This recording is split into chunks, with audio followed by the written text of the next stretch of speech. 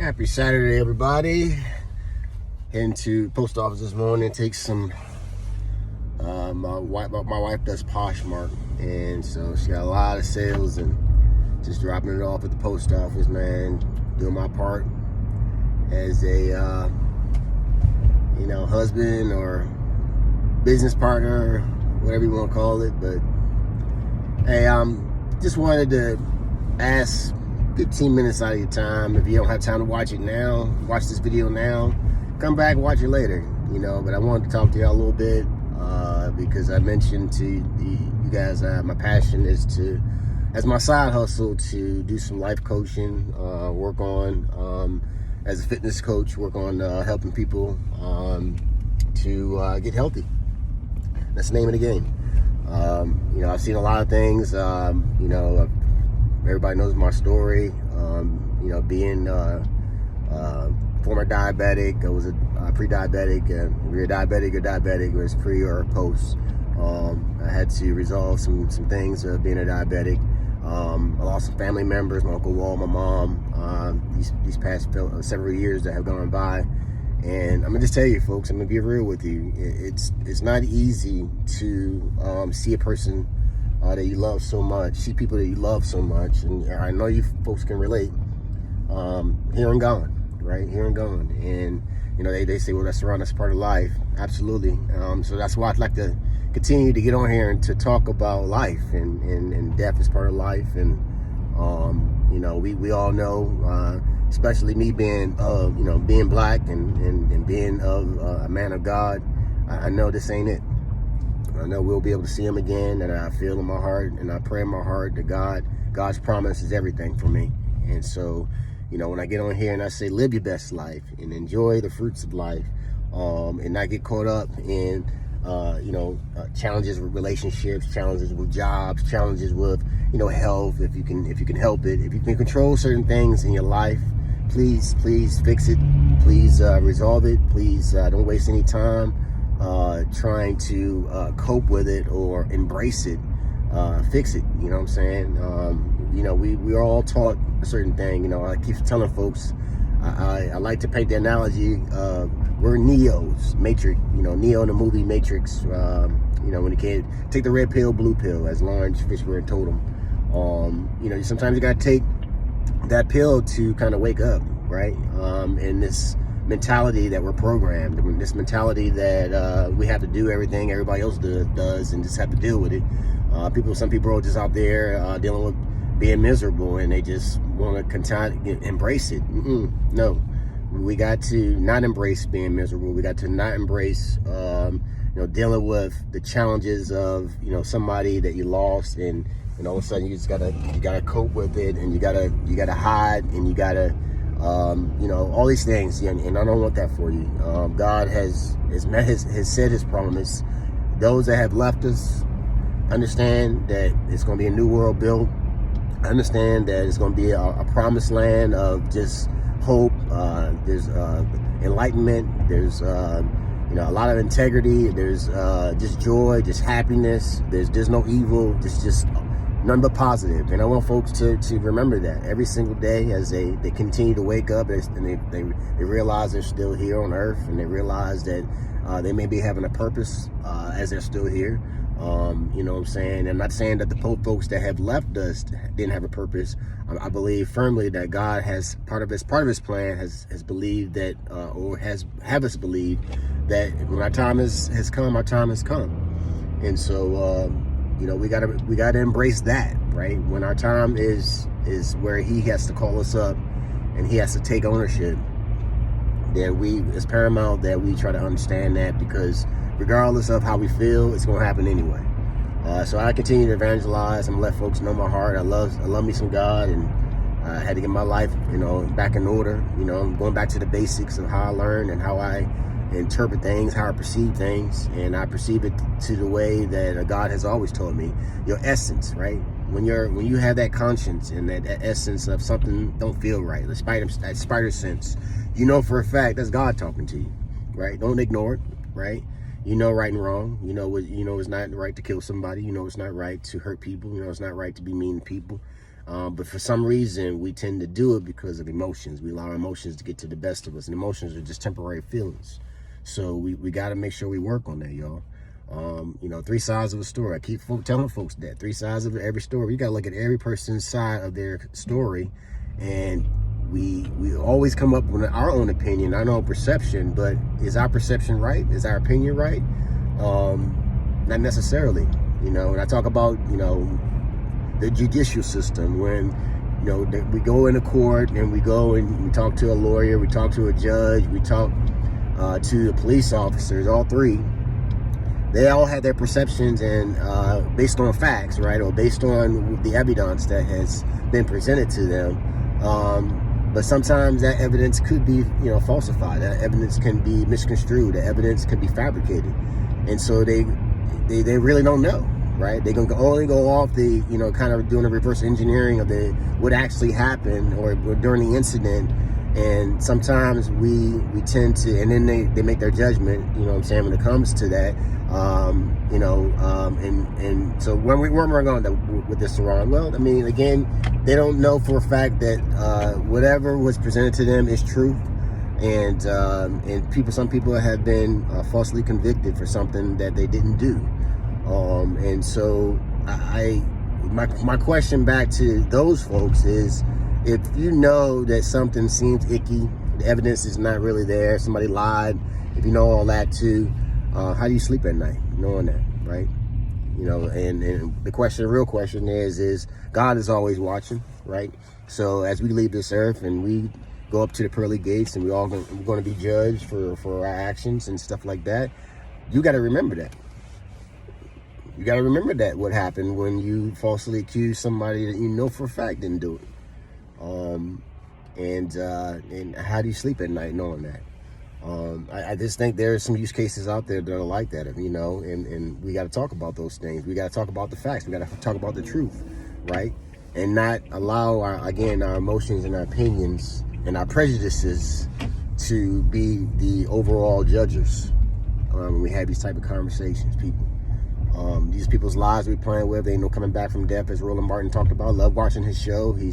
I like the fact that this man goes after looking for the truth and the justice that needs to be told, and not get caught up in the hype of a boss or a board of directors or a company, big dog companies getting caught up on, I gotta get some ratings. This is so sexy. This is so nice to hear these type of stories.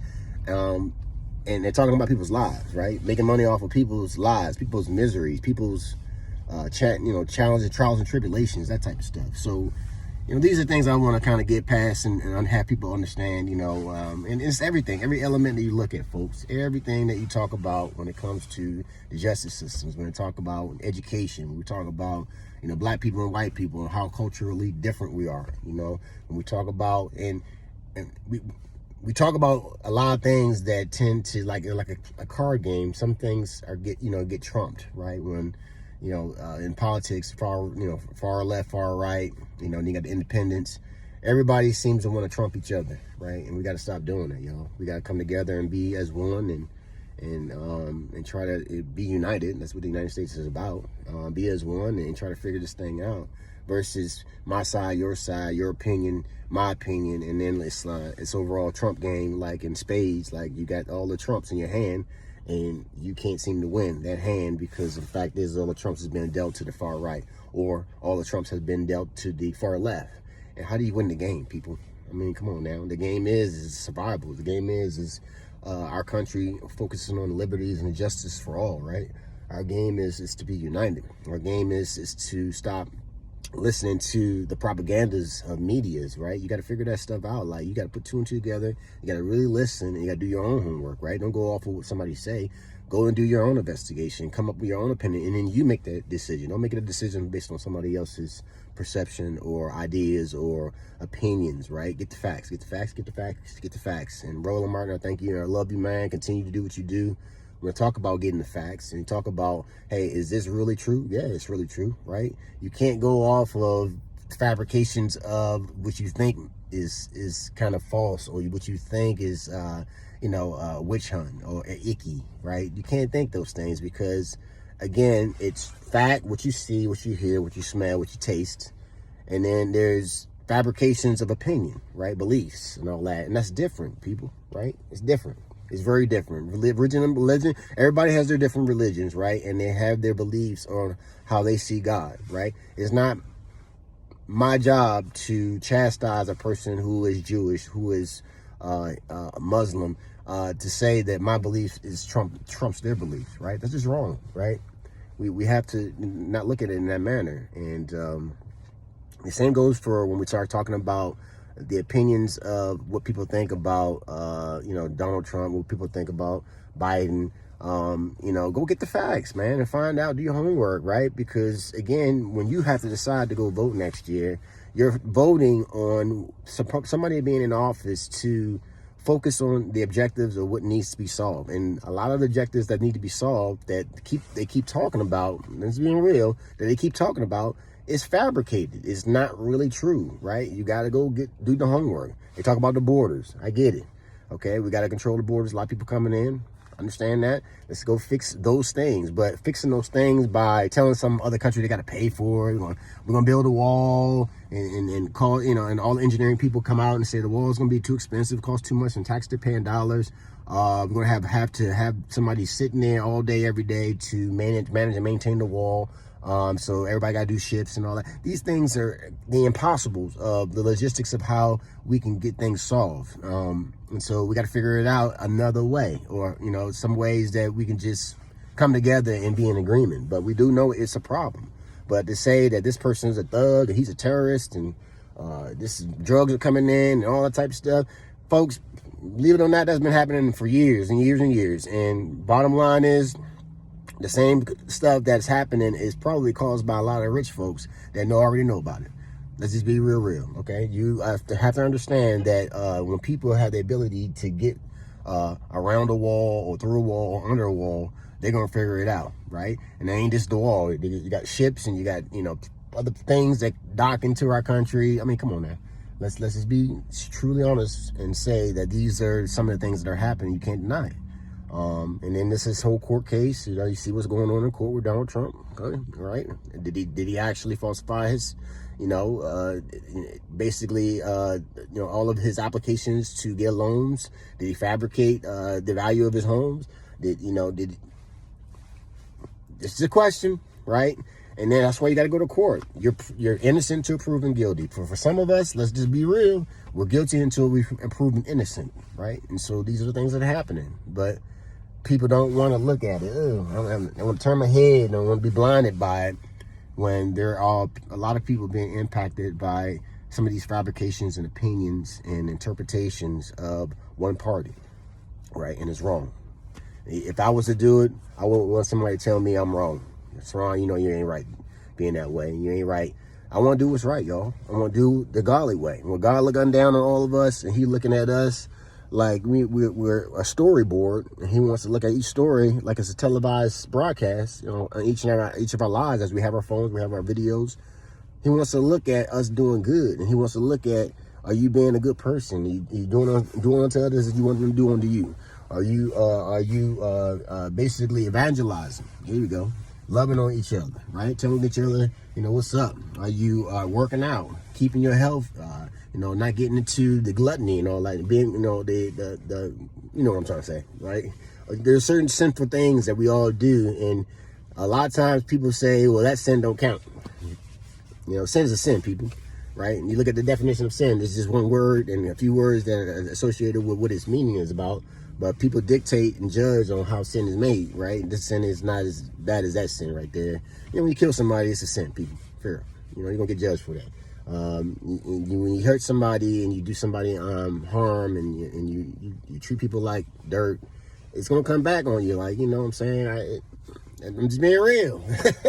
I'm being real. If you're a judge or you're a jury or you're you're a crooked judge, or you're a crooked jury, or if you're a crooked police officer, you're going to be watched, right? You're going to be judged for certain things. Me too. I'm no different, right? So I want somebody to tell me, hey, bro, you better get it together, okay? Right? Because we'll come around, go around. And so, again, as we say, I'm a Christian, right? A lot of the Christians have a tendency of, again, being hypocritical. You know, I'm gonna say that, y'all. Some Christians out there, I ain't gonna say a lot of them, I'm gonna correct my tongue, but some folks have been hypocritical when it comes to Christianity, right? And we got to stop being that way, people, right? I love y'all. We love each other. We know how this game is played. And again, our focus is to merely be an example and be a mirror image of God, period. Look yourself in the mirror, tell yourself every single day you love yourself. You know what I'm saying? I get out here and I'm doing these dance exercises to stay mobile. And it's not to have a person have an opinion about me. I just want you to exercise. I want you to feel good about, you know, getting up and moving your body.